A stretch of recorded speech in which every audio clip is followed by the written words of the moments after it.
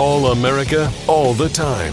Sit down, buckle up, and get ready for The Dan Bongino Show. Listen, one thing I've always hated in this business is I cannot freaking stand like clickbait BS titles people put in their shows. I don't like it. I try to avoid it. Sometimes sometimes I'll put a word in there I shouldn't. Like the other day I had the shock poll thing and it was meant as a joke, but I thought to myself, don't put that in there. After the fact, I regretted it because I hate clickbait titles. If your content is good, it's good. Like cut the bullshit. It feels like a scam. But I'm really not kidding when I put in today's title that the video I'm about to show you, just give me a minute to get to it. There's a couple quick things I want to hit in the beginning about yesterday's terror strikes. Is really one of the more disturbing videos I've seen in a long time. It's not something that really went viral or anything, but I promise you when you see it, you may not have even heard of the guy it's targeted at. But that's the point. It's targeted at a guy, because I hate like teases. Just get to the point, right? If you know Konstantin Kisin, he's a really good guy. He's a commentator, has a very popular show. I think it's called Trigonometry or something like it. Very, very nice guy. Pretty good following, but I mean, not like a Hannity thing. Doesn't have a show. And I don't mean that as an insult. I just mean he's not like the millions and millions of people on the Fox stuff. There's a video out there where like some guy's like openly talking about wanting to kill him with like a freaking box cutter. And that's my point. My point is like just telling you right away we're going to get to. As a guy who did protection, investigations, and spent time in and out of the government as a cop and elsewhere, folks, if you're an influencer, whatever stupid word du jour we have for people with a following on X and Facebook and TikTok and elsewhere, and you have like even 10,000 followers, and believe me, that's a lot of you out there. Shit, some of the McGroins have that many followers, if not more. You're a target too. We are in a different world right now. I'm telling you, man, I'm not trying to scare you. I'm just saying, like, I live my entire life differently. I have limited my public exposure. The events I do, I'll only do with people I know, with crowds I know, with security. I don't talk about it a lot because, it's not about, I chose this life. It's baked into the cake, whatever. No one wants to hear me whining all day. But I'm very worried about you. Because the world has gone crazy, and this next generation of freaking lunatics who keep insulting all of us, boomers and all, we were talking about that this morning. They just accept violence. They think like violence is appropriate. Look at what happened after they murdered Charlie. There were people celebrating it. You got that trial going on right now. You got people on the left think this is fantastic. Folks, this is a totally different world. We'll see what happens with the Robinson trial. That's going on right now.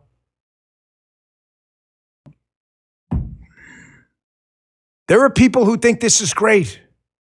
Folks, be careful. I am not messing with it. I'm going to show you the video. A couple of things to get to in the beginning. Let's get to this. First, today's show brought to you by Patriot Mobile. Ladies and gentlemen, it's a great company. Been with us for a long time. They love America. They love American values. And here's the most important part. They don't run from it at all. We all love Patriot Mobile here. Use it. Patriot Mobile gives you priority service on all three major networks with easy switching and US-based support. Get a free month at patriotmobile.com/Dan with offer code Dan today. I use Patriot Mobile. They saved my butt in a recent trip in Orlando. Couldn't get service. Patriot Mobile came through in the clutch. Check them out, patriotmobile.com/Dan. Our next sponsor today, American Financing. This is a .net address, by the way, americanfinancing.net/Bongino. Have you looked at your credit card statement lately? You're working 40, 50 hours a week just to buy groceries and gas, things you used to be able to afford, and the credit card companies are charging you over 20% interest for the privilege. Think about that. Over 20%. It's designed to keep you financially underwater, but don't accept it. You have a way out. American Financing is doing something they hate these credit card companies is. They're actually helping people. Not American. They have mortgage rates in the 5s. That's huge. They're showing homeowners how to take their hard-earned equity to wipe out that high-interest debt. The average savings is $800 a month. That's a big deal. Talk to a salary-based mortgage consultant today. There's no upfront fees, no obligation, no hassle.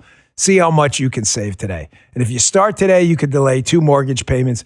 They're America's home for home loans. American Financing. Give them a call. Here's the number. 888-994-7660. That's 888-994-7660, or visit them online. It's a .net address again. AmericanFinancing.net/Bongino. Check them out today. Thank you, American Financing. I've got Graham Allen, who is fantastic, who just rated our stream, coming up at just about an hour and a half. He is fantastic. You're not going to want to miss it. We love Graham Allen. Check out his show. Airs at 9 a.m. Eastern time. He always comes in and raids our show. Before we get to the video, this is super important for all the wrong reasons. Yesterday, we had a number of attacks that are being investigated as terrorism. We had, when we were in there at the Bureau, we were pretty clear from the start that these things, if they show indicators of terrorism, we were going to talk about it that way. We were not going to play euphemisms games and word dances and all this other shit. We were going to use the word when the word was deemed appropriate. Okay? So, having said that, first, some New York Post reporting, there was an attack on a temple, you see in the Michigan area. Folks, this brings up this problem I've talked about and addressed frequently on the show. I call it the Bourbon Street problem. The Bourbon Street problem is this. You have this attack on Bourbon Street a couple of years back during one of the bowl games down in New Orleans. Guy basically turns right onto Bourbon Street, mows down a number of people and kills them. The Bourbon Street problem is this. It is impossible to ban your way out of that by new laws. You can't ban cars and you can't ban right turns. Unfortunately, what happened in this tragic incident is this subject drives into the temple, winds up, it appears from early indications, had some explosives, was thankfully taken out by a bunch of heroic security guards who had some training weeks earlier with the FBI, their active shooter training, which we were sure to support. And I'm glad that happened. They indicated that may have helped, which is fantastic. That this is the Bourbon Street problem. You can't ban cars, just like you can't ban drones, and nor would we want to ban firearms. That's not in anyone's interest either. That's not going to stop anything. So if you can't ban or legally legislate your way out of this, then what's the only way to try to stop or interdict this stuff? And the answer to the Bourbon Street problem, which I used to bring up all the time, is we have to get not just better, but almost perfect at our ability to gather information and drown out noise. I'm going to address this with Graham later. The mark of an intelligent investigator, detective, a federal agent, a good lawyer or prosecutor, is the ability to drown out noise, i.e., think of it like a big chat room. Whatever, you put it, or a forum on Reddit. There are billions of posts probably on Reddit, right? But there's probably only, less than 0.5% of them that are criminals exposing a plot there, or maybe trying to recruit terrorists. The idea is, if you're a really good investigator, you drown out all the bullshit noise and you get to that 5%. What the other people do in the space who stoke bullshit theories about Charlie and elsewhere is they give you a whole bunch of noise without actually getting to the actual evidence that matters. As you're seeing, and you will see in the trial for all the public to see. Does that make sense? This is super important we understand this, because this is about a bigger problem that is going to require a number of fixes. If you're polluting the information ecosystem with things that may be facts but are not evidence at all, while eliminating actual facts that are evidence, that's the mark of a moron. This is the Bourbon Street problem. It is information warfare now. If you don't stop these guys before they get behind the wheel, if you don't, there's no way. Now, okay, well, what's the limitation to stopping them? Folks, the limitation is we live in a republic. We live in a republic, which you know. We can't go out and blanket, surveil without predication 330 million Americans, and I would hope to my Lord and Savior Jesus Christ, not using his name in vain ever, that you feel the same way. I don't care what your religion or faith is. There is no reason in a republic to be ethically surveilling people without predication. None. We should not be lurking in every chat room, spying on everything, everybody. Nobody wants that. So how do you balance that liberty and security? Folks, we're going to need help. There's going to have to be some legislative assistance here. You saw it again with this case, New York Post, another attack yesterday, Old Dominion University. Tragic, this hero ROTC instructor killed by a convicted ISIS terrorist ID'd as a chair of military science department who served in the Middle East. Hero, absolute hero. Another hero takes this guy down, I believe it was a ROTC student, and winds up killing him with a knife. Good.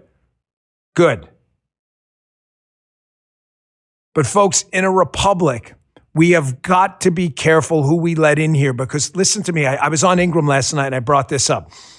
And media people, I want you to listen too. Everyone can throw rocks, fair enough. That's your job in the media. And it's good to kind of give opinions and throw rocks and criticize because it makes people better. We have to do a couple of things right away because it is impossible to chase probably 15 million people who are let in the country under Biden and maybe another 5 million we don't even know about. It is impossible with every state, local, tribal, territorial, and federal agency on planet Earth to chase down all these people afterwards because some of them are just hiding. They're not advertising in chat rooms. You've got to do a couple of things right now. There has got to be a legislative fix to these sentencing guidelines that if you are convicted with regards to the Old Dominion shooting, of material support to terrorism, or frankly, any terrorism charge federally, WMD, attack on U.S. citizens overseas, conspiracy, and it's related to a terrorism enhancement, life in prison, no matter what. I said this yesterday during the show, or was it Wednesday? They forget the rehabilitation model. There is no rehabilitating these people. This guy was chased down by the older FBI. I wasn't there. I had nothing to do with it. That case, so I'm not trying to take credit for their work. They chase him down, put him in jail, and what happens? A judge cuts his sentence practically in half, lets him out, he does it again. There's no rehabilitation model. And he has constitutional rights like anyone else. It's a republic. It's a republic. The way to stop it is to never let these people in the first place. And if they are in here and convicted of any terrorism related or terrorism even adjacent charge, life in prison, that sounds harsh. Too bad. You know what's harsh? People dying. That's what's harsh. There's only so much money. I mean, like I said, they had this training exercise. Thankfully, they had done that helped, but that didn't stop anything. That's just training to stop what's already happening. We put a ton of money into TSC, the Threat Screening Center, to screen some of these people out. But in order to do that, they have to come into contact with law enforcement who calls the TSC. And by that point, sometimes it's too late too. You are never, ever going to fix this once they're here. You've got to stop them from coming in. And if they are convicted, they never get out of jail ever. Second, in addition to sentencing enhancements, you have got to make substantial changes to the naturalization and denaturalization process. This attacker in this one case, this terrorist, was naturalized, came through the immigration process. Folks, the denaturalization process is a nightmare. It's not easy. It's subject to court orders. This should be a ground ball. If you, folks, is anything, I bet you know, if you're convicted of one of these terror charges, if there's not within a 10 or 5-year guideline, depending on the circumstances, you're not automatically denaturalized. Is that the craziest effing thing you've ever heard in your life? What country on earth, Justin, am I nuts? Or if you go to Sierra Leone and are convicted of trying to attack and overthrow the government, forget about throwing you out of the country, they'll throw you in a river. You should be automatically denaturalized. Life in prison or absolute immediate deportation. That's it. Right. He's talking about how, like, you think they accept, and not that they're like a model of efficiency, the CCP, but you think like they do any of this stuff? This is freaking bananas. I was trying to explain too. This is, all right, another takeaway. So 3 points, and I'm going to get to the video, I promise. But this is important too. I don't want to miss the news that happened last night. I'm gone with you for the weekend. I feel like separation anxiety from the Bongino army. Folks, we've got our eyes on a lot of people. But there are a lot of people here we just don't know about who don't surface in online forums and advertise. They just surface when they make a right turn on Bourbon Street. The third point I want to make is we have got to address legal immigration reform. President Trump has been all over this, like freaking white on rice. Him and Stephen Miller have brought this up with the terror-laden countries ban. They call it a Muslim bullshit. It's not a Muslim ban, you assholes. You know that's just bullshit. No Muslims banned from coming into the country because they're Muslim. You know that's fake. There are countries that have vetting problems. I want to explain this to you, and I saw this knee-deep, maybe neck-deep. When you start taking in people from third world countries that do not have any kind of government infrastructure at all, they don't have papers or records. Some of these people, I shit you not, don't even know their own birthday. You think there's a Department of Motor Vehicles over there? This guy, Joey Bag of Donuts from Sierra Leone, has 6 points on his license. Are you freaking crazy? There are no records of anything. So when you hear from the Biden team, not the Trump team, when you hear from the Biden team and the Obama team, oh, these people were vetted, OAW, Allies Welcome, and other. Vetted how? What did you do to vet them? You asked them, hey, were you ever arrested in Sierra Leone? No. Okay, thanks. That's not vetting, bro. Why do you think Donald Trump has tried to stop or slow down immigration from countries that don't have established infrastructure and have problems with terrorism? Because you don't know who you're letting in. How freaking hard is this? I told you yesterday, Donald Trump's superpower is the ability to say things that make sense and get the left to rebel against them. Listen to me. There is no good substantive vetting process from some third world terror-laden countries that is going to be satisfactory where we should be admitting people here in mass. None. Anyone telling you otherwise is lying. I saw it. Don't bullshit me. And again, here's a fair question. Hold on, I always like to look at your feedback. Here's a fair question. I'd start my own questions, point, counterpoint. Like, all right, Dan, what did you guys do? Awesome. I'm asking myself. We put a whole shit ton of money into the threat screening center, into the drone program. We also started a program, and I'm not sure how much detail I can get into here, so I'm going to be a little careful. We started a program to bump the border out overseas. I think it's actually out on X. Cash may have put something out about it. We have a screening program overseas that doesn't rely on anybody's records.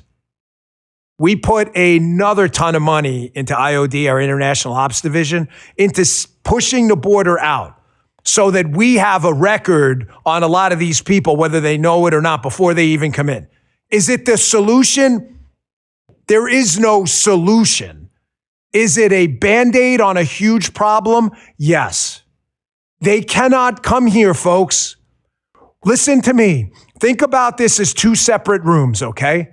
I wanted to use this analogy last night on Laura's show. She was nice enough to have me on, and I couldn't. We ran out of time.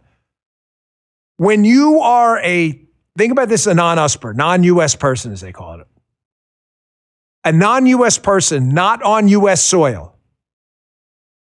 CONUS, not on U.S. soil. You have no constitutional rights whatsoever. You're in one room. So think about this as two rooms now. In that room, there are a bunch of things that can be done. Pretend there are like microphones in the room, cameras, thermal detectors. I'm just throwing stuff out there. Basically, measuring and listening devices, we can do because those people don't have our constitutional rights. They're not U.S. citizens. They're not on U.S. soil. This is not a mystery how we do this stuff. Once you go into the attached, think about it, a hotel room, right? Once you open the door and let them into the U.S. room, all that shit goes away. There's still abilities, of course, to gather information on people through legal process, but it is a monster pain in the ass. And it takes time, sometimes time you don't have. Do you see why I'm trying to hammer home this point? That once you open that door to hotel room number 2, you don't have time anymore. It's not on your side. They just get to extend it through judicial process, and it screws the whole thing up. You cannot let them in. Thank God. Thank you, God, Jesus Christ, I mean it, that we don't have Kamala Harris in charge right now. The Bourbon Street problem is real. We are in an information warfare fight where our Constitution thankfully limits what the government can do. But those limitations create problems too. And the way to stop those problems is to stop the problem from ever coming here at the border. I really hope that does a decent job of explaining the catch me if you can problem. Once they're in, we got to catch them and catch them again and catch them again. They will never, ever stop. These people who want to kill you will use anything. The Iraq war, the Iran war, the Hamas October 7th terror attack. They'll use anything.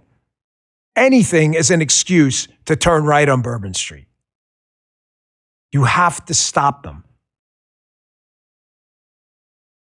All right, I'm going to take a quick break, and then I'm going to get to this video I discussed because, folks, I want you to just please stop what you're doing if you could. And if you're watching on Apple or listening on Apple or Spotify, please go back and watch this segment on Rumble. They're not for clicks. I don't give a damn about the clicks. Find it on the internet for all I care. I just need you to watch this because this was a wake-up call for me, too. That sounds crazy. You think given all the threats we deal with every day? Even for me, I was like, this is serious stuff. Hey, I've been asked many times, but perfect. This was like, what a setup for this. You think we planned this? We did not. Berna, you have a Berna? I get asked a lot how I can help protect my family without taking a life. People ask me about all kinds of devices and stuff. So let me tell you about a product I really like. Like I said, I pick my sponsors carefully. Berna, B-Y-R-N-A. I have a Berna. They sent me. I have a couple of them. And let me tell you, I trust it. I really like this. I have a couple of them. Berna's less than lethal launcher fires powerful kinetic and chemical rounds that can incapacitate an attacker for up to 30 minutes. It is a fantastic self-defense option to have. It could give you time to get away and call for help. Berna has a new compact launcher. It's about the size of a smartphone. It's easy to carry, easy to use, and there's no background check required. An amazing option to have. The Berna CL fires at up to 400 feet per second with serious stopping power and was designed to help with de-escalation, not devastation. Berna, B-Y-R-N-A, is proudly American, assembled in Fort Wayne, Indiana. More than 750,000 Berna launchers are already in the hands of law enforcement and responsible citizens who want protection without tragedy. Like I said, I have a couple. Very, very happy with mine. If you believe in being prepared, you also believe in restraint, Berna is an option for you. I encourage you to check it out. Go to Berna.com and learn more. That's BYRNA.com and learn more. Thank you, Berna. Check it out. Okay, let's get right to it. So stop what you're doing. And if you have a following on X, you're a public figure now. I have a ton of friends out there. Chicago Ray, Maze Moore, who I don't even know Maze Moore, but you know these guys. We talk about them all the time. These are just, Hunter and Gunther Eagleman, good dudes. Brandon Dilly, he's got a pretty big following. Folks, you're a target too now. You are a public figure. No, I'm not. Yes, you are. People know you, and there are crazies out there who would do bad things to you in a minute. I'm going to play this video in 2 parts, okay? This is a podcast commentator, and what he's doing is he's playing a video of this guy streaming the fact that he was at a debate with Konstantin Kisin, who is like a conservative commentator. And the guy's talking on the stream about how he was just feet away from him. And if he had a utility knife, that he would like kill him. And he's like going into detail. It's the craziest thing. I saw this and I was like, this is the nuttiest thing I've ever seen. Here's part one. Check this out. From the Charlie Kirk killing. This guy was sitting mere feet away from Konstantin Kisin during his debate with Destiny. When you hear what he has to say, it is scary to think how this could have gone. I was like fucking locked onto his eyes and he kept like glancing down at me and then like breaking eye contact. Because I fucking hate the guy. I was just like, I wanted to kill him. I stumbled upon this stream when I was just trying to research and understand the opposing view, and I was shocked by some of the things this guy was saying. Keep in mind, this guy was sitting in Konstantin's eye line. And I think he got distracted by that and didn't pay attention to a single thing. What I think said. Yes, it is just talk, but there is something more disturbing beneath the surface here. He's openly talking about wanting to assassinate Konstantin. This could have gone very differently. He even has a box cutter or X-Acto knife. Do you know what I should have done? Stanley Blades just fucking sprinted up onto the stage, slash Konstantin in the fucking jugular. Guys, this is kind of the hard reality, hard truth show. I've been a police officer, been an agent a couple times, done protection at the highest levels. Reaction is always going to be slower than action, okay? That's tautological. It's not some stroke of Einsteinian genius. Because the person acting knows what they're going to do and you don't. There's a variable there. I'm going to jump on the stage and kill this guy with an X-Acto knife or a razor.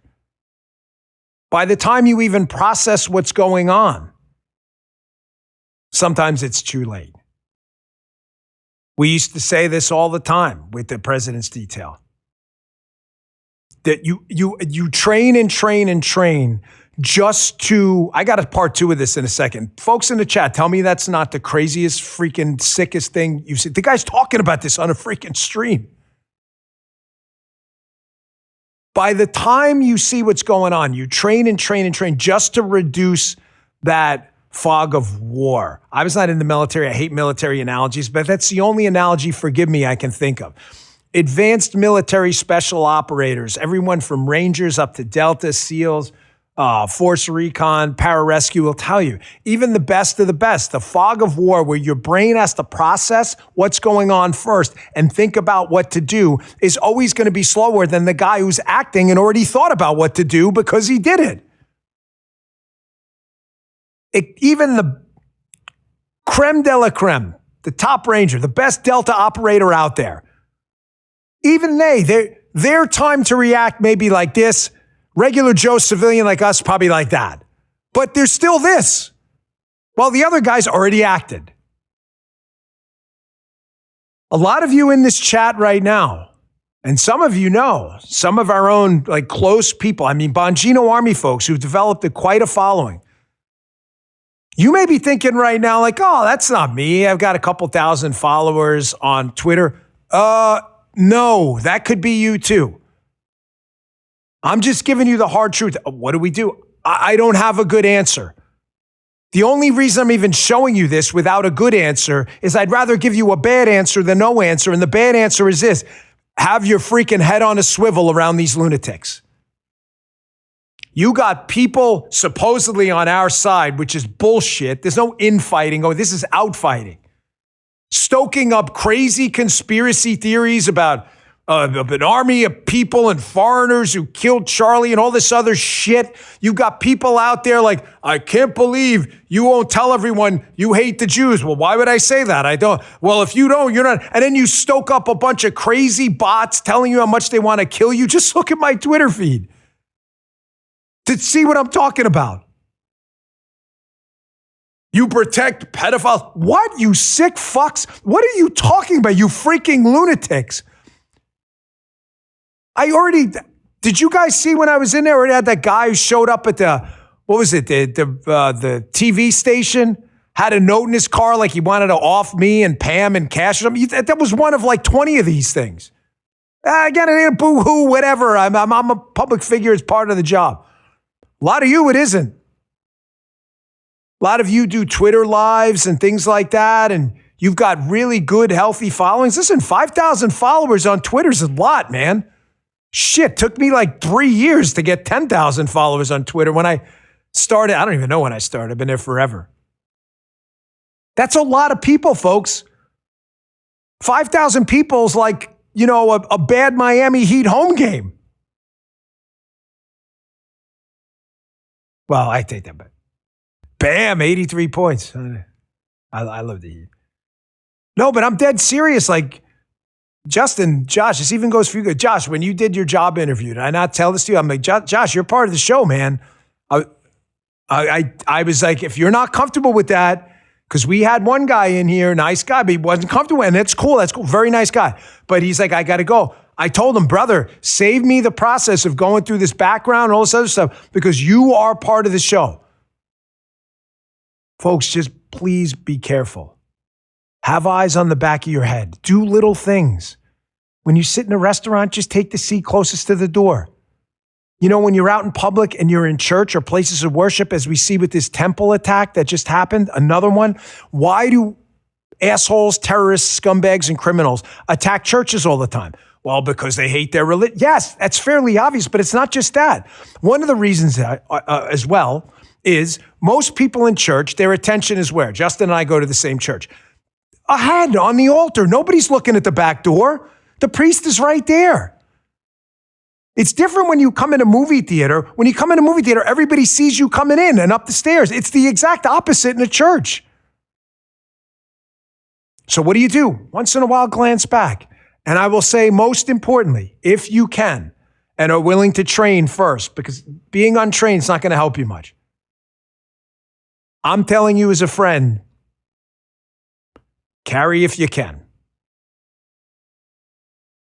Carry if you can. I say it to my own team. I do. But you got security. Don't care. Carry if you can. Because let me tell you something. If it's the bad guy, I don't want to kill or hurt anyone. I abhor violence. I don't give a shit what any lunatic in the liberal media tells you. I absolutely abhor and roundly condemn any act of political violence. Give zero fucks who you are. But I am dead serious. It's not a tough guy. I'm a broken 51-year-old, folks. I can barely lift my arms and shoulders. If you think I'm trying to tell you I'm tough, you got the wrong show. I'm telling you the opposite. Maybe 20 years ago, I stood a chance. A firearm is the great equalizer. If it's me or you, it's you.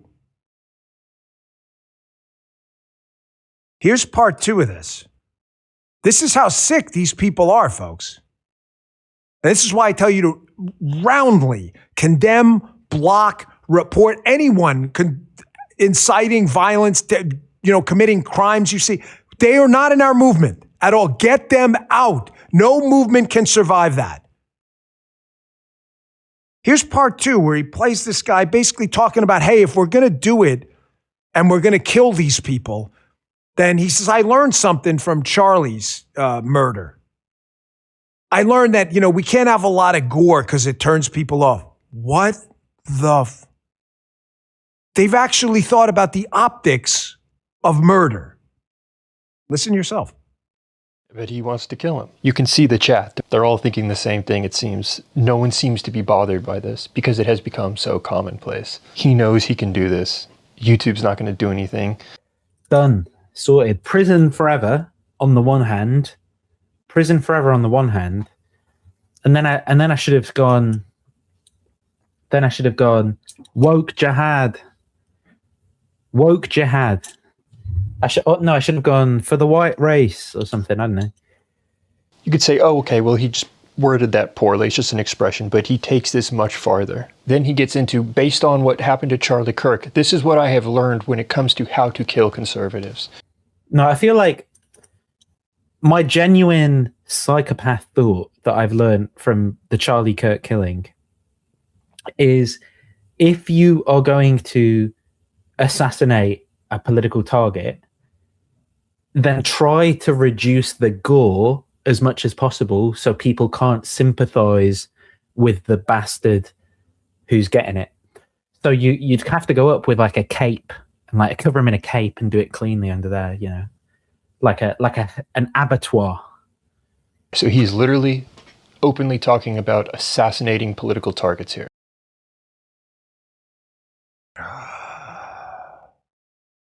The podcaster, not the crazy kid, to be clear, is Warren Smith. Hat tip on that. Folks, these people are effing crazy. By the way, huge hat tip. I see Chicago Ray. He's Chicago One Ray is in the chat. Appreciate you, Dan. Brother, I appreciate you too.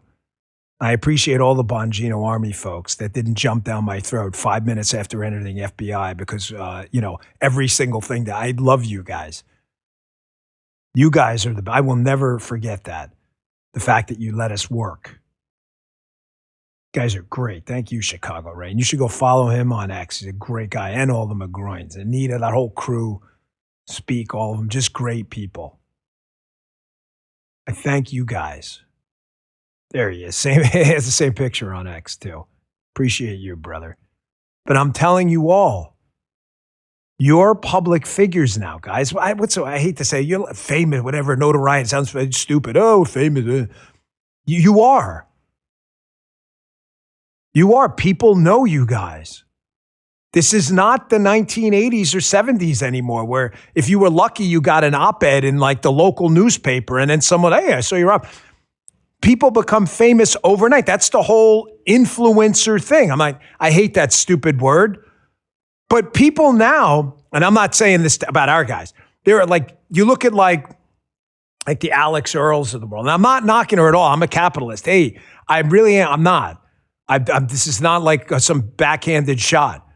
There are people now who are like famous for being famous. Folks, train with a firearm, carry it, train as often as you can, keep your freaking head on a swivel, watch the door, don't live your lives in a panic, turn around once in a while when you're in church. When you get in your car, lock the door right away. I get in my car, first thing I do, lock the door. Because the first thing a shithead's going to do, if he's trying to get you when you get into your car, which is the deadly diamond, they know where you arrive and they know where you depart, is going to grab the door and try to pull the door open. If it's locked and it gives you a second to back out, then you just bought yourself a second. You don't have the door locked, you're in a fight for that door. If he's got a gun, you're screwed.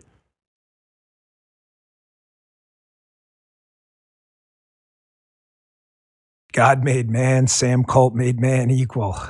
I see Manimal. 20. Oh, thank you for the tip, $20. That's nice of you guys. Again, you don't have to do that. What's bothering me, and the reason I keep bringing this up, is not just the insanity of that clip we just saw. And Constantine, I hope you got a good security team. He's a good man. I hope you do. I know he does. Well, and I hate to even highlight it, but if we don't, I don't want anyone to fall prey to this stuff too. What's bothering me most is when you take polls specifically of left-leaning young kids, young adults, I should say, there's a good swath of them in the double digits that think political violence is acceptable. And it's growing. Scary shit, man. Folks, please stay safe out there and do not assume you will not be a target. I just want to wrap this up here. This is important. I'm not going to name names for fairly obvious reasons. But if you're watching, and some of you are, you know who you are. During the last year doing the job, a lot of people have my cell phone number. Some people would reach out and DM. And we got tons of stuff about swatting. And we did a lot. Did you notice a lot of that came to an end? Well, there's a reason. There were a number of things we couldn't advertise publicly, but a lot of it was coming from overseas, it turns out.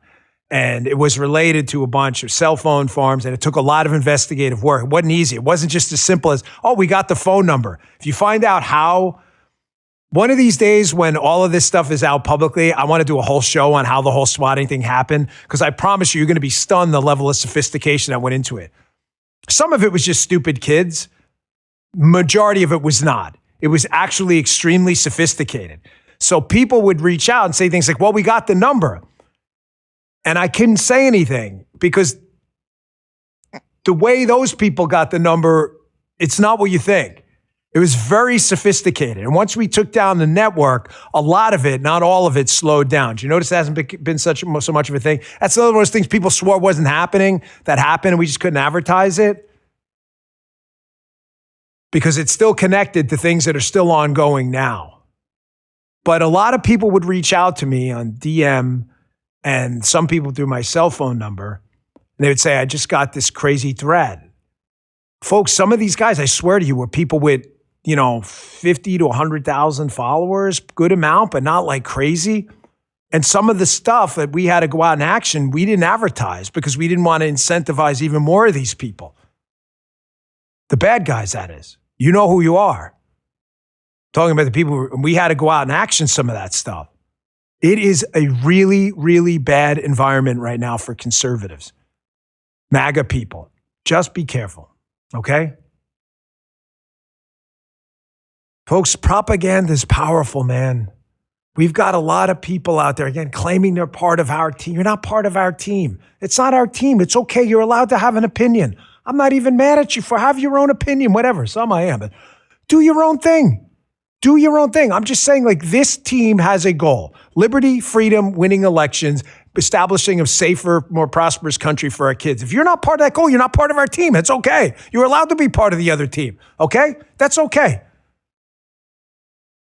But propaganda is a powerful, intoxicating weapon that the left has used over and over and over again. And they get away with it because the fourth estate media, as you know, refuses to call the left out when they bullshit you ever. This is the Hard Truth Show. Okay, we're going to give you the hard truth. We're going to tell you what's happening, what's not happening, why it's not happening. I just went over in the beginning of the show, limitations we have, how we fix it, gave you some solutions.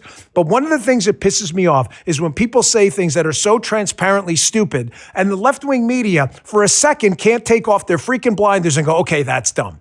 If you are a California resident right now watching the show, we got a lot of them. God bless you. Good for you. I'm glad you're here. However, if you are a liberal in California, how do you look around at the state of your hair gel governor? How do you look at the state of your state and go, this is freaking awesome? Every single person who has the ability to leave California, who has any kind of even moderate, even almost moderate left-leaning, is thinking of an exit plan out of there right now. The only thing that's stopping them is they probably can't find a freaking U-Haul as people rent the U-Haul to go to Texas and Florida. If you are one of those left-leaning people, I am begging you, as a friend, please don't move here to my state. I can't say it enough. I am appointing Justin, the border czar of Florida, Governor DeSantis. You're welcome on the show. Can we have Justin just at the border? We can have him up in the Panhandle. Josh can volunteer up north at the north-south border. But please. A volunteer's tribute. Thank you. Justin's volunteering his time, Governor DeSantis. We need border control. I don't want these liberals here. Stay away. Stay away. You remember, you ever see that scene in Bridesmaids where she's on the kitchen sink? It's coming out like lava. She's like, look away. Look away. Just look away. Look to another state. Move to Chicago. Move to Massachusetts. Don't come here. Right, Florida residents? Don't come here. Who is this? Where would we find out the truth without you, Dan? Thank you. I appreciate it. It's the best compliment in the chat. Sorry I missed it. Chat moves really fast on this show. We got a lot of people. I heard New York is pretty empty right now. Yes, Justin, just as border czar. Justin is the border czar of Florida. We've just declared it. There's been a decree. Governor DeSantis, can you tweet that out? Make it official. Justin says he's heard from his other border czar friends up in the Northeast that New York is open. Go up there, go move to New York. It's okay. There's a lot of vacancy sign on the Bates Motel. Vacancy. Justin doesn't even get that. He's too young. Do you know what that means? The Bates, I'll show you. Jasmine, do you know what it means? Of course, Jasmine does. Jasmine's younger than me, but, it gets it. Justin's like 16, so he's figuring it out. Here's what I mean. Here's Gavin Newsom giving an interview again. And I want to show you what bullshit propaganda looks like, okay? This is his attempt. It's only like 30 seconds, but an attack on President Trump. Now, I want to tell you what he's going to tell you first, because I want you to pay attention, because we're going to do hard truth stuff, even when it doesn't reflect great on the Republican Party.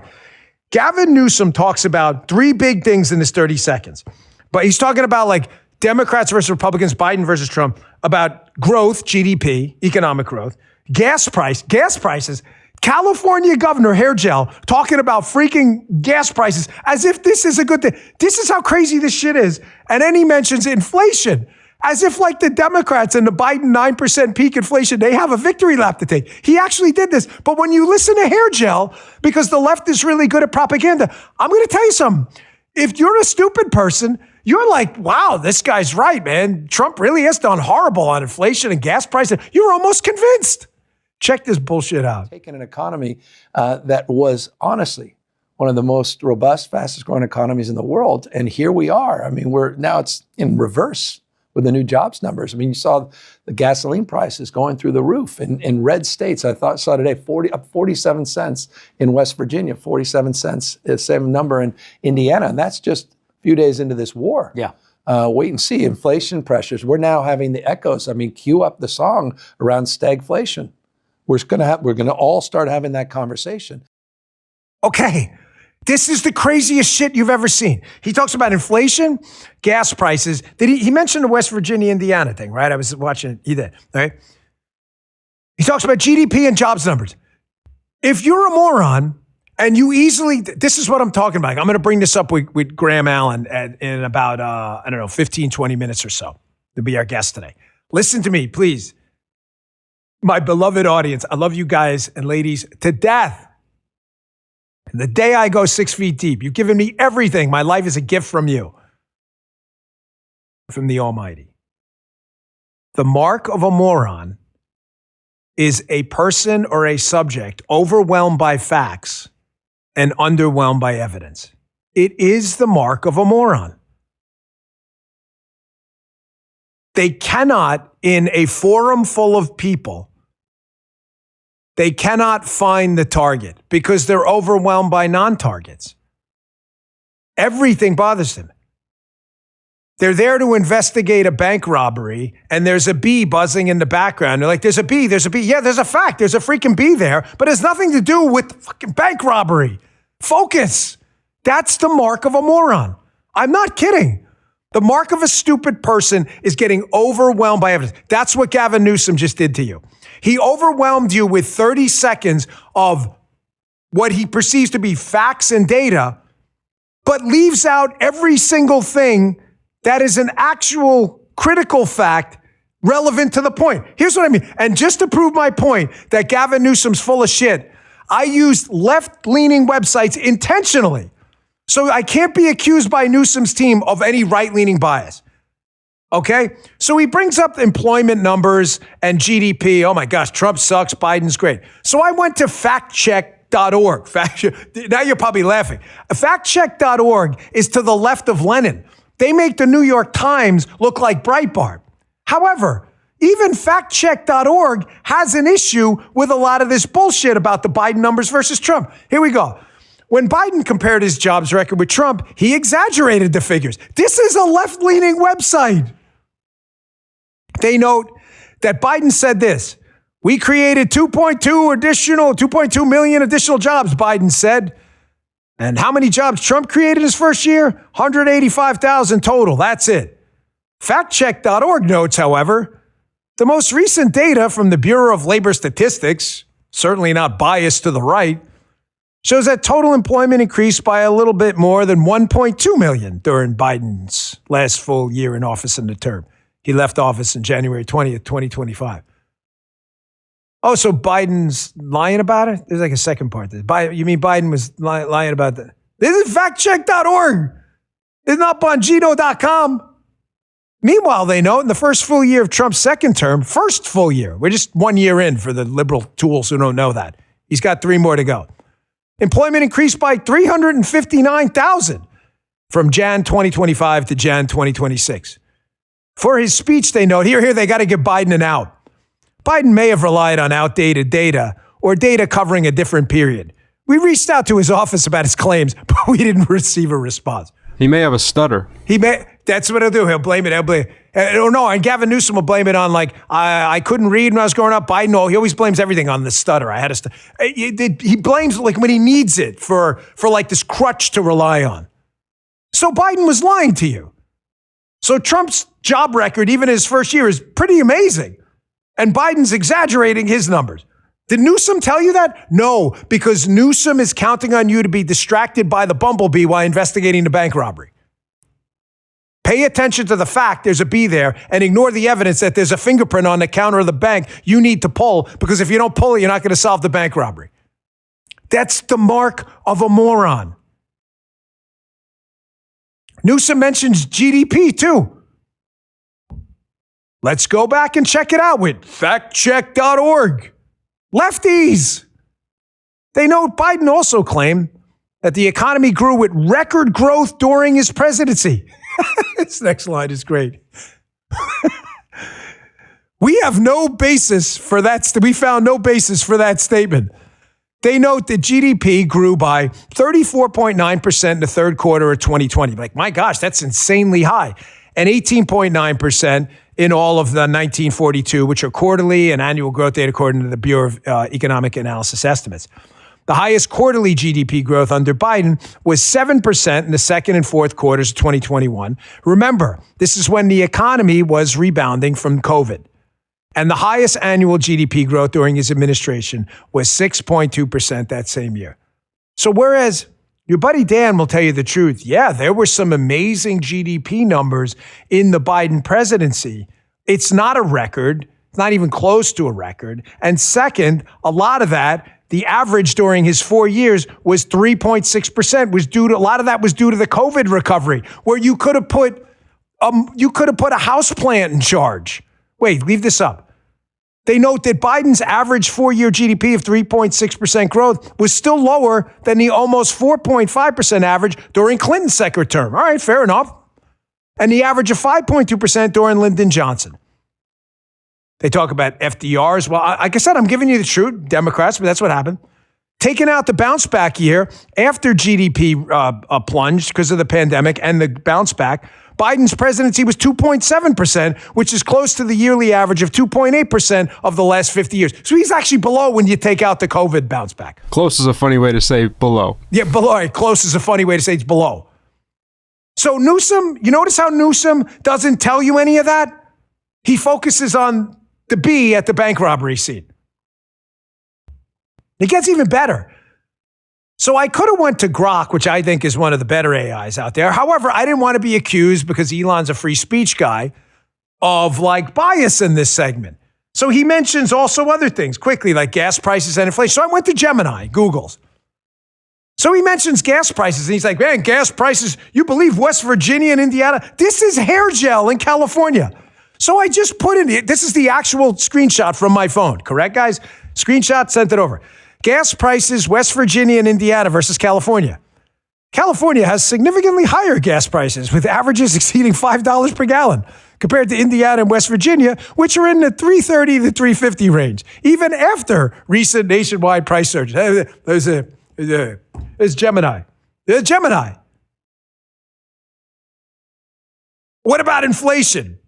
Gavin Newsom said, hey, man, we should take a victory lap. Trump's terrible on inflation versus Biden. We're doing awesome on gas prices versus West Virginia. You know, there are things called facts, you gypsy. Here, screenshot from my phone. Inflation under Biden versus under Trump. Glad I didn't spell anything wrong. Sometimes I get typos. I fat finger everything. Here we go. Pretty simple stuff. Google Gemini, not a right-leaning AI generator. Inflation during the Biden administration was significantly higher than during the first term of the Trump administration, driven by post-pandemic supply chain, whatever. Give us inflation peaked at 9.1% in June 2022 under Biden, a 40-year high, before cooling to 2.5% in August of 2024. That's Gemini. Folks, the inflation numbers just came out. So then, now Google Gemini notes, because I believe there's a bias in a lot of these left-leaning AI generators, these LLMs, that it cooled to 2.5. after Biden peaked out at 9% inflation, which is an insane number. Remember, prices double every 10 years at 7%. He peaked out at 9%. Here's CNBC, quick 20 seconds, on the recent inflation numbers that just popped a couple days ago. And you'll notice that Donald Trump has managed to keep a lid on the Biden inflation despite Biden leaving him with a freaking mess. Check this out. Here we go with the year-over-year numbers. And zero progress, but not losing any ground. It remains at 2.4 on year-over-year headline. 2.4 really is to find a lower number. You're going back to April of last year at 2.3. To find a higher number, you're at December of last year at 2.7. Just to give you some context there. Now, in my opinion, the most important number, year-over-year core, remains at 2.5%. Folks, I promise you, listen to me. I will never bullshit you. I put that factcheck.org up there, even though it cited prior Democrat presidents having some successful GDP growth. I'm not telling you it was because of their Democrat policies, but I'm not going to bullshit you and pretend it didn't exist. Second term Bill Clinton, the economy grew at a pretty healthy clip. That's just a fact. I'm not going to bullshit you because he was a Democrat, because then my credibility's at stake. Newsom doesn't give a shit about any of that. Any of that stuff. Tell people the freaking truth, man.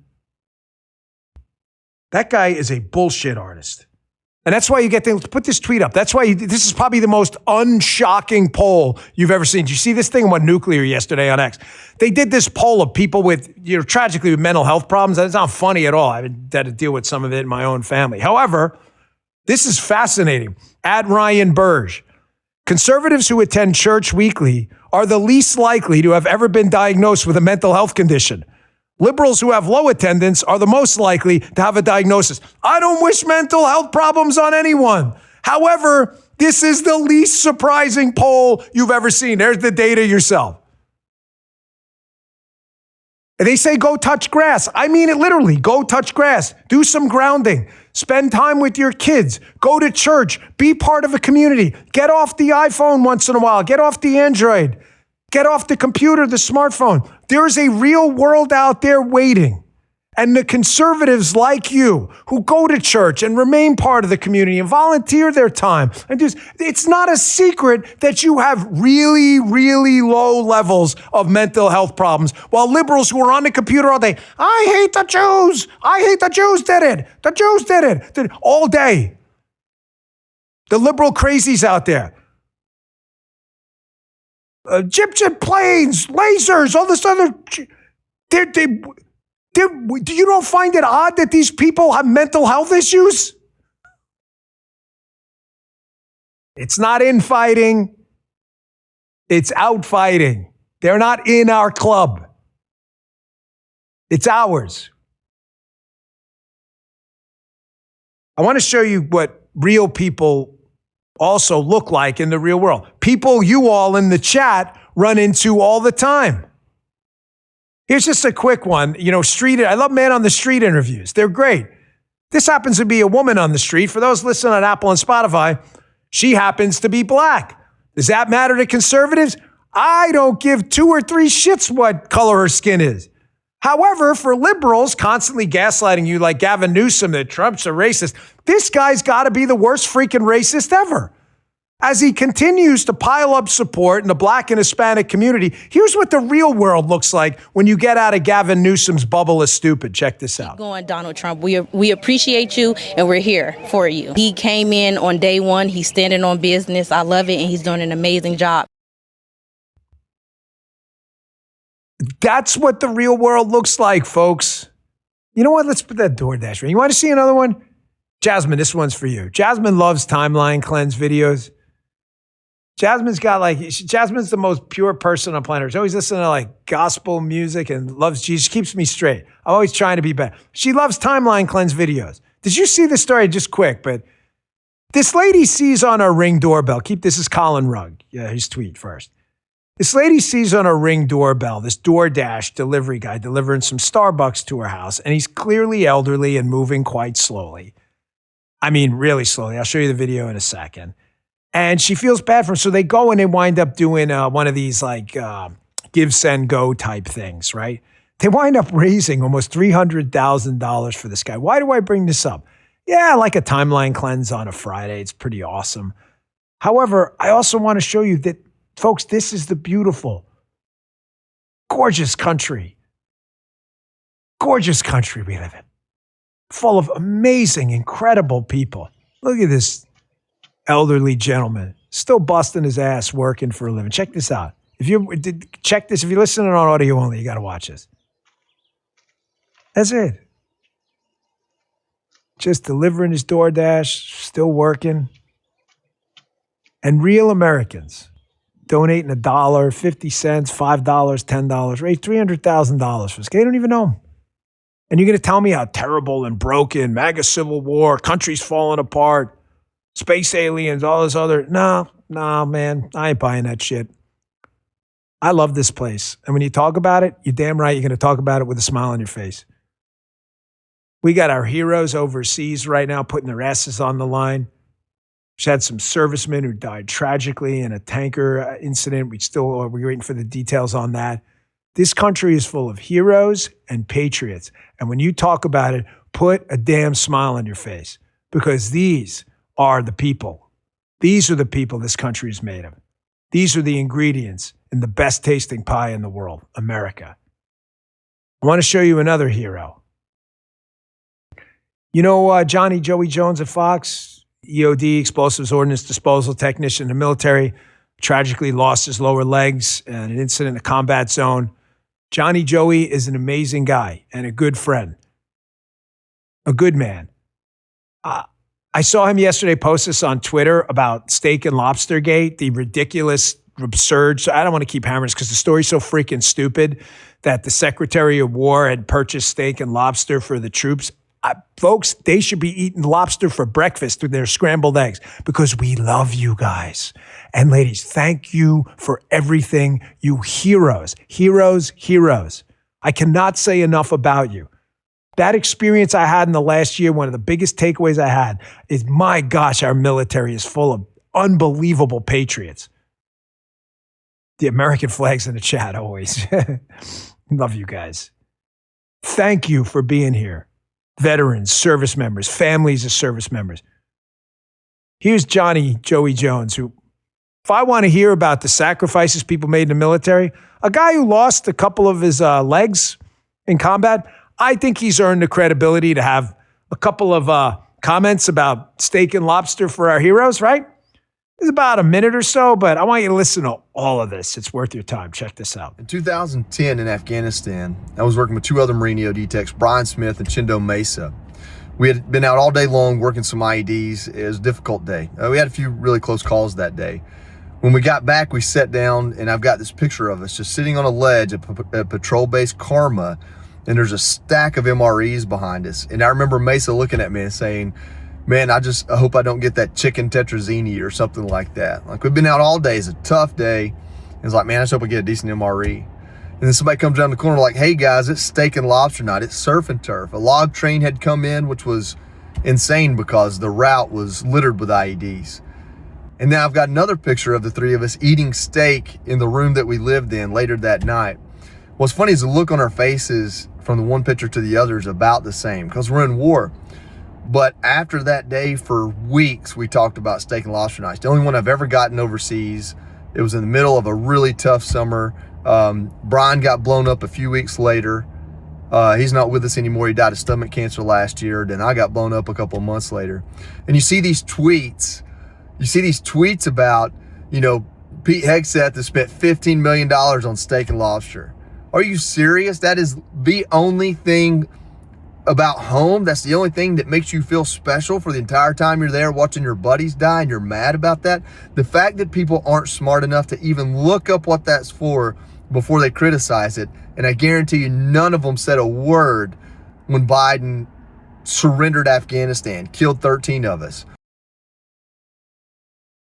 So Johnny Joey left a significant piece of his own body overseas, fighting for the rest of us that didn't have to do that and didn't sign up for it, but he did. So I think Johnny Joey deserved this couple minutes on the show today.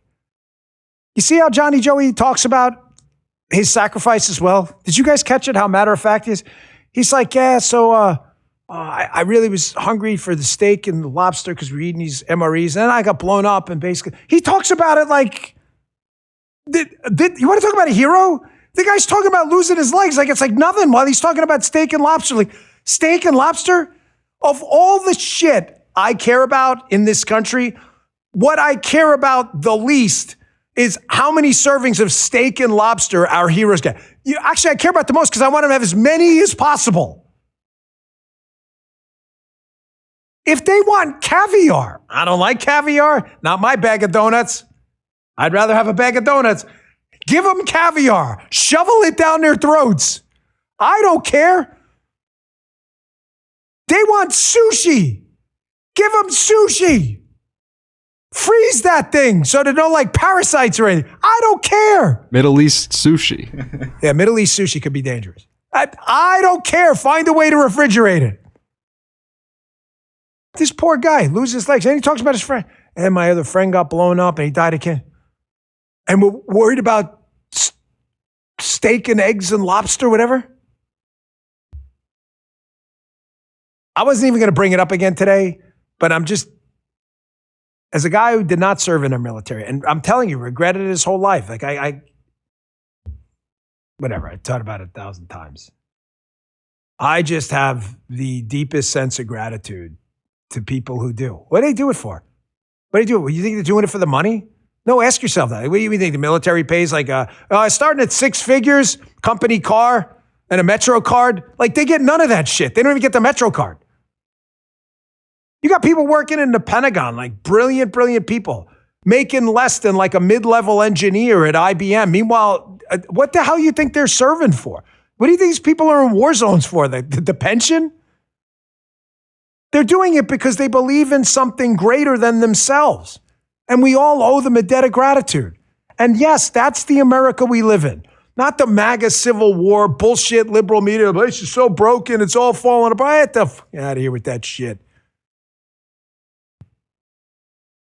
That's why my next guest, coming up in just a few minutes, Graham Allen, who served himself as a combat engineer in the military and went back at the beginning of the Trump administration to help for a little while. We'll discuss this point here, how you get these liberals and these others on the sidelines, like throwing popcorn at people actually in the ring doing it. Like, whatever, man, you have the right to an opinion, but it doesn't really matter to me. These people deserve our respect in our military.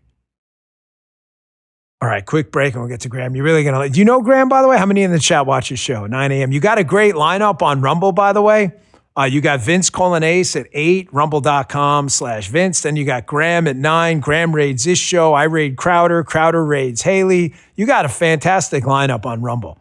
You got a bunch of really talented creators in the space, and I really appreciate everything on the platform. All right, quick break, and we're going to get to Graham Allen. Hey, we prepare financially. We protect our homes. We think about security.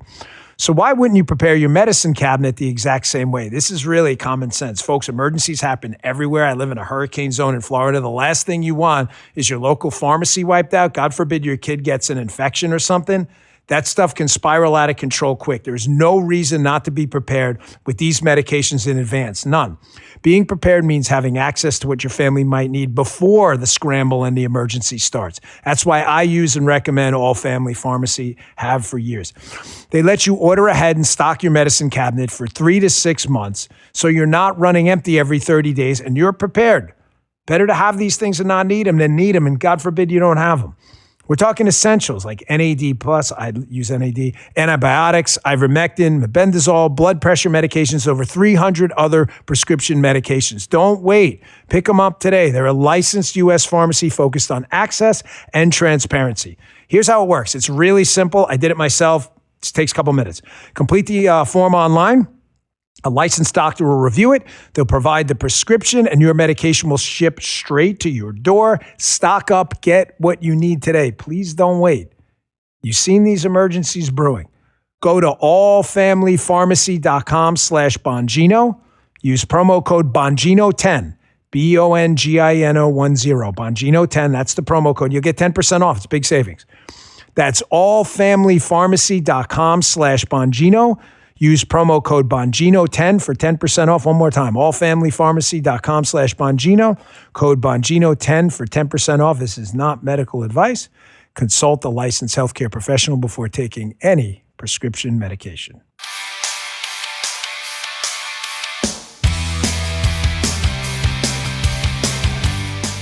You know this guy, you love him. He is always very generous rating our stream. He comes on before me on Rumble. And if you're not watching, I feel bad for you because you're missing out on some of the best content. My good friend, man who served his country honorably as a combat engineer in the military, my friend Graham Allen. Graham, welcome to the show. Dan, thank you. It's an honor to be here. You say I do you a favor rating into you. No, it's a honor of us to be able to be the lead-in show for the Podfather, the greatest to do it. So it's a privilege. It's a privilege. Well, thank you, brother. You're a good man. We've been friends for so long. I can't believe it's taken this long, but I want to have you back regularly, as we were just chatting about before the show. You know, you're a great guest here. I want to get to this first. You know, you have been really vocal about some of the cancerous rot pretending to be part of our movement. You know, a lot of this stuff going on right now with the Charlie Kirk conspiracies, what Candace is putting out there. And I've addressed this on a bigger picture, how we can never become the cannibalistic left that starts eating its own. They did this. The left did this to itself. They destroyed their movement with men in the women's room, defund the police, just raw stupidity. But Graham, unfortunately, there are people infiltrating our movement that are using this old, tried and sadly not true technique, but it does work, of overloading and bombarding people with facts and totally underwhelming people with evidence. That is not, that's the mark of a moron. The way smart people work is they drown out irrelevant stimulus, irrelevant facts, and they get to the heart of the matter right away. I'm getting tired of this shit, man. This is creating a really dangerous situation for a lot of people out there, and it's just rotting our movement. Yeah, no, and yes, I've been very vocal about it. It's led to a lot of pain and a lot of irritation. I would argue that these people, these specific people, and the hard part is for me the same that it is for you. I know these people. I know these people just like you know these people, and it's so when people attack me for saying something about Candace, I always am like, you don't know Candace. I know Candace. You know, my very first book, there's a blurb from Candace Owens talking about how much she loves me on the book, and now she hates my guts. I would argue that a lot of these people that are the cancers that we're seeing right now, you look at them, you look at the people that are either just doing the most evil and demonic, those are the keywords, right, that we're getting paid to say, evil and demonic, and I just want to make sure that I... Did you cash your check? You get I want to make sure. Okay, evil right. and demonic, just so we get it. If you don't say them both, right, you don't get your mystery paycheck that magically never appears in anyone's bank account. What I loved is that fake campaign that's been proven fake. They had they said that I was the ringleader on the paper there, and that you and Ben Shapiro were also there. And I'm like, well, why am I the ringleader if Dan Bongino's getting paid to do this stuff? Anyway, moving forward. That was proven fake, by the way, for the trolls. I would argue that these people that are doing it right now, you look at Candace, you look at Tucker, you look at Megyn Kelly, and you look at all these people, I'm now convinced. I mean, we know Megyn Kelly was not a Trumper in the beginning. Tucker Carlson has been all over the place. And we know Candace Owens wasn't a Trumper in the beginning either. I'm beginning to believe that these people are people that just want power, they want influence, they want so-called authority, and they're moving and shifting with the times. And right now, the times are, this is President Trump's last term in office. It's now time to, if you got problems with President Trump, it's now time for you to do that, because that's now the cool thing to do. Now, people like us, me and you, Dan, that I've been told my entire life, I can't go speak in a church because I'm too aggressive and I'm too divisive and I'm too this. Now people call me this swamp creature because I'm not aggressive enough. I'm not radical enough. And I'll tell you something, if I'm allowed to vent for 2 seconds, Dan, because of course, very few people understand like me and you understand, and especially you. We talked about this at the same time when we both were talking about at the time. It was rumored you might be going to the Secret Service, head of the Secret Service. We didn't know about the FBI thing yet. I got the call to go help out Secretary Hegseth over at the Pentagon. the same audience that is now turning against people like us and they're following this cancerous movement, they're the audience that were begging people like me and you to give up our shows, give up the money, have to let people go because the money was gone to go serve the country yet again. And now we show back up to say, hey, it's worse than you think it is over there. All right. Yeah, there's still a lot of work to do. And for those that you think that it was going to be done in 90 days, you're a moron. That's not how reality actually works. Now they call us feds. Now they call me and you bought and paid for oppositions. And I love anytime you question the people that are just asking questions. You are not allowed to ask questions. They're allowed to ask questions, but we're not to. That makes us feds. That makes us paid opposition. There's these make-believe people that are paying me and you millions of dollars to go against them. It's a psychosis that is taking over our movement, and it's been done by people, in my opinion, that have been wolves in sheep's clothing the entire time. You know, Graham, you and I have had shows for a pretty long time. I started my show well over 10 years ago. And the way we've managed to stay consistent over a decade and stay at the top of this podcast and radio space for 4 years as well is you got to prune the tree once in a while. You do. If you're doing this lick your finger and just constantly try to make a certain segment of your audience happy by saying whatever they want rather than what you know it's true, the people who crave authenticity, even if they don't agree with you, are going to say, F this guy, I'm out of here. So what happens, I found, and I've told this to probably 100 people who've called me and asked me about podcasting. How do I get started? How do I do guests or whatever? I tell them about every 2-3 years, I don't know, roughly, maybe an election cycle every 4 years, something's going to happen. A primary, you know, the DeSantis-Trump primary was hot. A lot of DeSantis. I love Ron DeSantis. I love Ron. I've always loved Ron. But I supported President Trump. A lot of his people got upset. I'm leaving your show. Oh, okay, that's okay. I had a different opinion. You lose a few of those people. But because you stay true to that North Star, or that Lodestar, over time, you wind up having that linear growth because people know that you're not bullshitting them. Even when I was on the inside, you have to tell people things that are really uncomfortable, but you have to tell them where the evidence goes. You can't just bullshit people because I'm telling you, man, please God, and I'm not using his name in vain because we need him right now.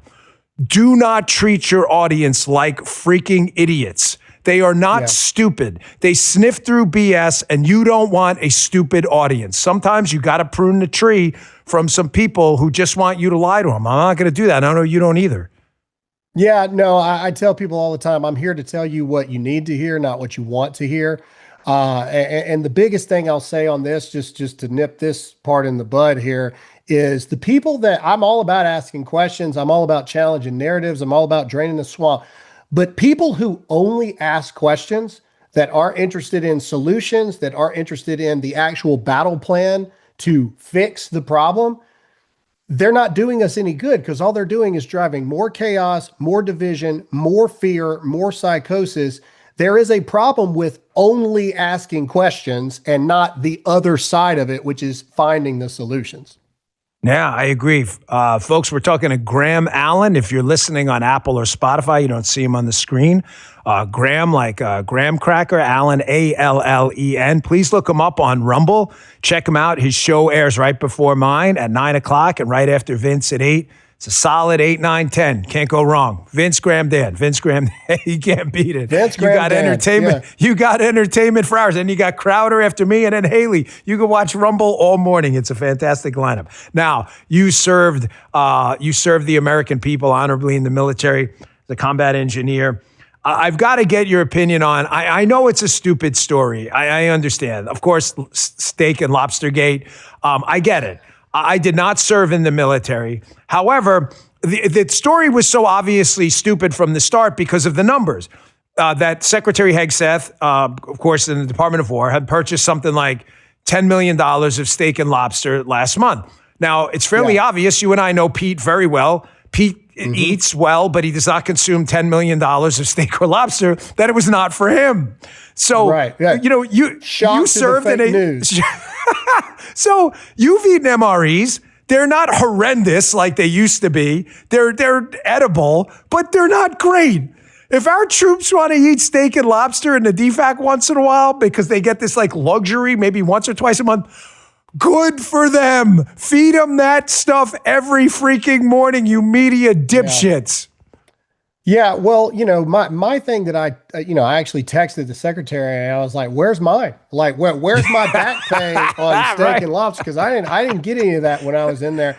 Me look, either. I want to be. You know what I ate every day clear. at DC? I ate freaking sweet green. I had salad every day. I pay for it myself. No steak and lobster. Yeah, no, there wasn't. Look, and I want to be clear, Dan, because I always want to clear this up because you want to talk about toxicity. Unfortunately, toxicity in the veteran online community is just as bad sometimes. I was just a normal guy. I want to be clear on that. I was a comms NCO for a combat engineer team attached to a RSD, PSD team, and then route clearance and all of that stuff. So I got to sit inside, look for bombs. I got to do the whole 9 yards. But I wasn't anything special. There's so many people that did more than me. However, the fact that Democrats and the fake news and all these people have any issues at all with us feeding our men and women who continue to wear the uniform.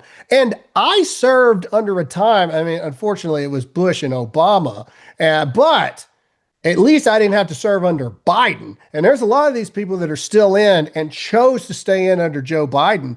God bless them for it. And if we can fill them with steak and lobster as much as humanly possible, who gives a teetotal crap about any of this stuff, man? Look, I was personally at the Pentagon. I know how much the secretary and everybody slaved over cutting and cutting and cutting and cutting spending. We would be in his office all the time. We got to cut more. We got to trim more. We have a responsibility to the American taxpayer.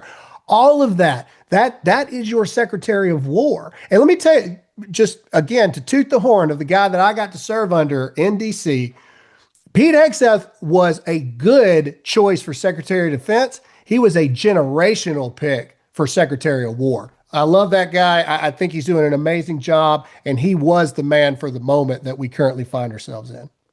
And Graham, pointing out left-wing hypocrisy is like, I was like, hello, Captain Obvious moments. However, it's worth noting the left-wing media did everything they could to bury the Minnesota Somali fraud story, which, by the way, was 100 times the spending of a steak lobster dinner for our heroes, and patriots. And they didn't give a shit about that story, which should tell you one thing. So now we know it's not about the money because you didn't care about the Minnesota story or the California hospice fraud story. Those things get buried. But you'll give hours of wall-to-wall coverage on our troops eating steak and lobster. So what is it really about? What it's really about is an attack on Pete, Saul Alinsky, personal politics, personalize it, isolate it, attack him personally. And it's about an attack, of course, on President Donald Trump, who they just hate. This is not about any principles at all. 100%. And that's why I encourage so many people, the midterms are so important because the Democrats have already told us what they're going to do.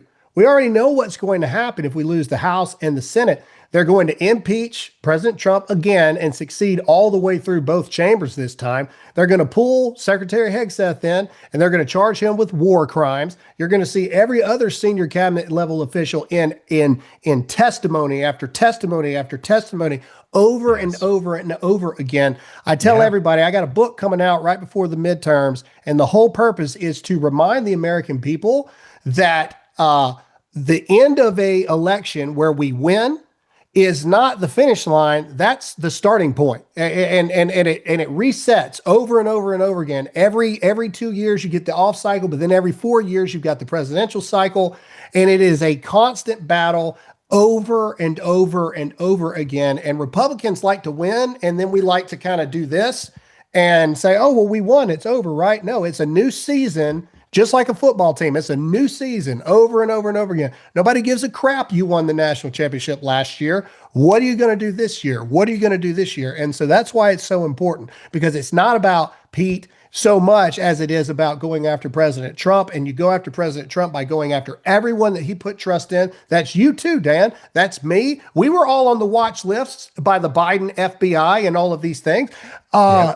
If we thought it was bad in 2020, just wait and see what happens if we lose the midterms in 26. Graham, I'm so glad you said that.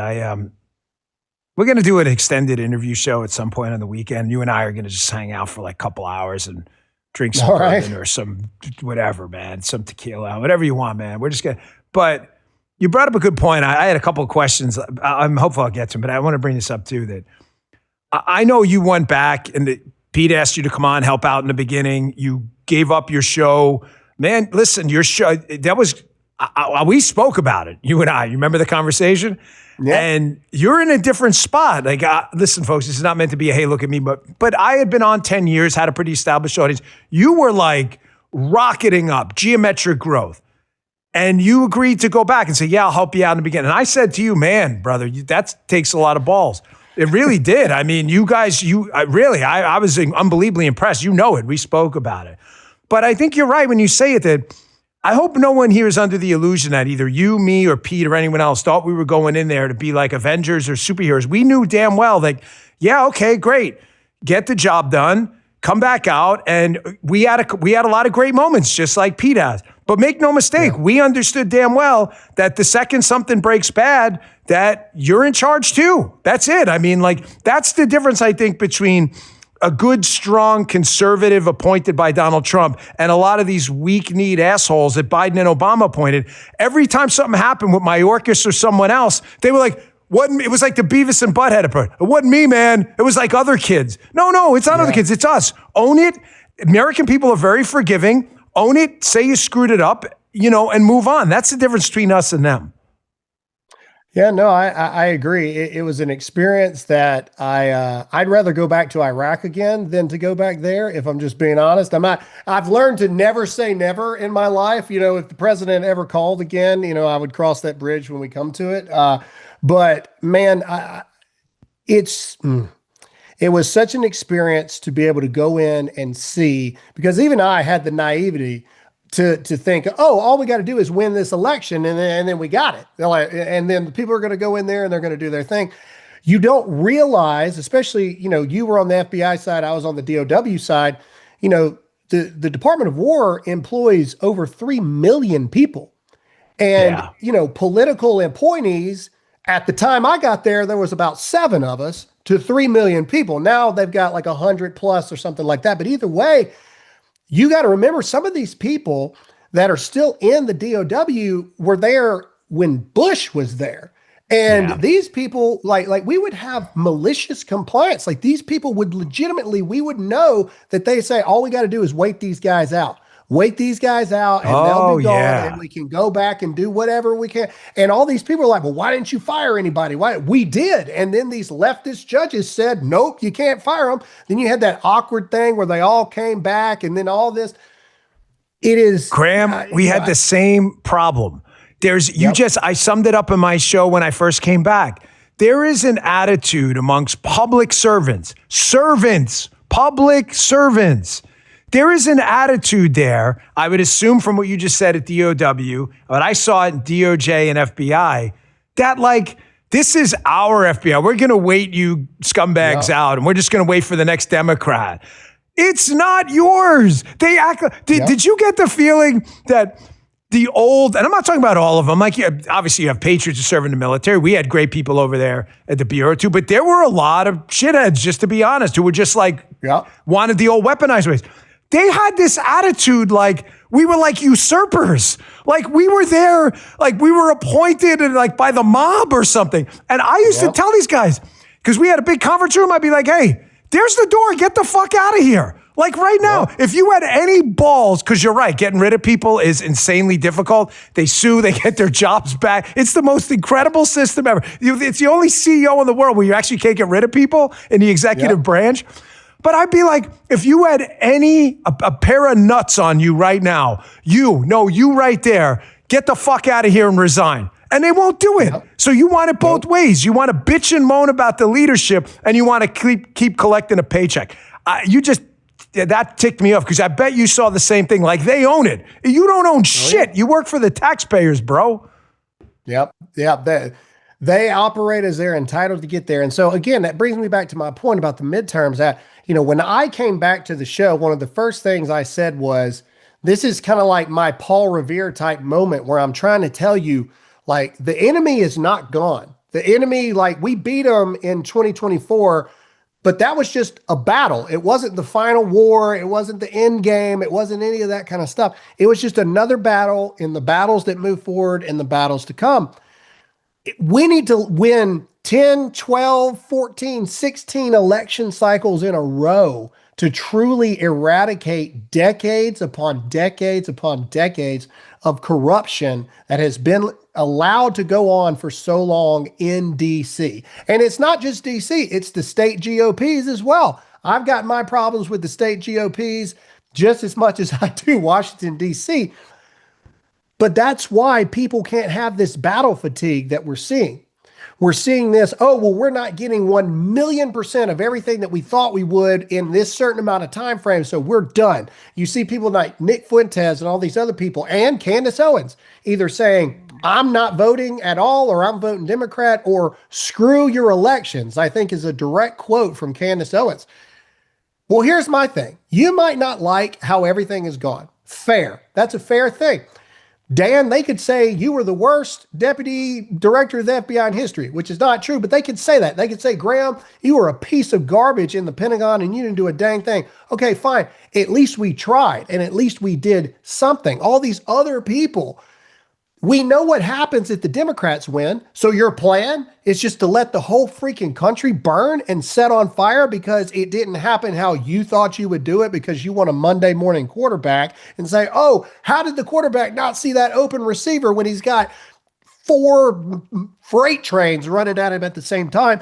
Screw you guys. Like that's really what I want to say a lot of times to people is if you're not in the fight and you didn't volunteer to go in it, you're just sitting there on the sidelines, then continue to sit on the sidelines and do your job. Your job is to show up on voting day and to vote for the people that represent your values. And if it sounds like I'm a little angry, I'm kind of self-processing as we talk here because I am a little angry because we just had an American hero get murdered on American soil. Lieutenant Colonel Shaw was his name at Old Dominion University. And I looked at his rack on his dress uniform. This guy had deployed 7 times to Iraq and Afghanistan only to get gunned down by an Islamic jihadist terrorist right here on American soil. And we're worried about the Jews and we're worried about, oh, well, Trump said something that hurt my feelings. What are you freaking talking about? We have an invasion going on right now that was allowed to happen under Joe Biden, letting millions of these sleeper cell terrorists come into our country. And you want to talk to me about the Jews run everything? But yet the most predominant voices in the space right now are the most anti-Jew. They hate the Jew. The Jews are just stupid in their takeover of America, and they allow these people that hate them so much to be the people that are heard the most. They appointed some strange emissaries if they're this is the psychosis, really? And this is no where one, it just drives Graham, me here's nuts. what I like. Neither one of us are denying that these people have a substantial audience. They do. I'm just disagreeing with their premise, and I think your point is accurate. Like, man, if the Jews run everything, they're doing a really terrible job. It's like when I used to say, like, people say Donald Trump's a racist. I'm like, man, he's a really shitty racist. He's got like the largest portion of the black vote we've seen. He like cleaned up Chicago and largely minority cities. The crime rate in New York's at like a historic low. Like, man, this guy really sucks at being a racist. So yeah, those Jews are really terrible at appointing people in charge. Listen, I got to run, but I just, I want to just promote your show again quickly, but I just want to say with regards to that too, I agree. There's always going to be people who throw popcorn from the cheap seats, and that's cool. But I know what like Parnell, Hegseth, you, people who just volunteered to go in and do, just get in there in the beginning, help clean up. I know we did. I am absolutely confident. I'm looking the audience in the face. You're absolutely confident that when this 4 years is up, DOW, FBI, I am absolutely confident. Just because you don't see everything happening now, I promise you just don't know what's happening behind the scenes. Bookmark 100%. This. I promise you at the end of 4 years, you're going to look back and go like, wow, he wasn't kidding. There really was a lot happening. Some things just take a longer timeline. The Pentagon, like you said, 3 million employees. You think you're going to clean up a multi-bill, close to $1 trillion budget with 3 million employees overnight. Like, are you kidding? You know how long it took to build that bureaucracy? So, just give it the 4 years, and I promise everything's going to be good. So, Graham, listen, let's make this a regular thing. I want people to find you at rumble.com. Download the Rumble app. Make sure you check out Graham Allen live, 9 a.m. Eastern time. Go from Vince to Graham to me to Crowder to Haley. Stay on Rumble all day. Graham, it's great perspective as always, man. Always good to talk to you, buddy. Thanks for coming on. Thanks, Dan. Thank you for everything you do. We appreciate it. And I appreciate your friendship. God bless you, brother. Stay safe. That was Graham Allen, folks. One of the best in the business. I love that guy. He's a real patriot. He's been a friend for a long time. Folks, I will not be here on Monday, but it is our first guest host ever, the great Sean Farish, who you love. He will be here for me Monday and Tuesday. I'll be back Wednesday. Same time. You don't have to do anything different. Make sure, Bongino Army, you support him. Show some love. He's a great guy. I'm only here talking to you with this huge audience you have graced me with because Mark Levin, Glenn Beck, and Sean Hannity and others gave me a shot. So this is how I pay it forward. Now we got to get the next generation of guys up there. Graham and Sean, Haley and Vince and others. So please check him out on Monday. If you wouldn't mind, go to rumble.com/Bongino on the web. Click that follow button for the show. You'll get a notification every day at 10 a.m. when we go live. It's free. You don't have to do anything. It's a small favor to ask. There you go right there. Justin's handy graphic. Or you could just download the Rumble app, which is also free. Follow our show there. And be sure to check out Vince at 8 a.m., Haley at noon as well on Rumble. We really appreciate it. We'll see you back here on Monday. I'll see you back here on Wednesday. Have a good weekend. Hey there, I'm Vince. I'm Haley Carania, Host of Vince. Host of Scrolling with Haley. You can always catch my show right here on the Bongino Report channel. Live, 8 a.m. Eastern, weekday mornings. Noon weekdays. And if you miss it, no worries. The show will always be right here and anywhere you find a podcast. Thanks for watching.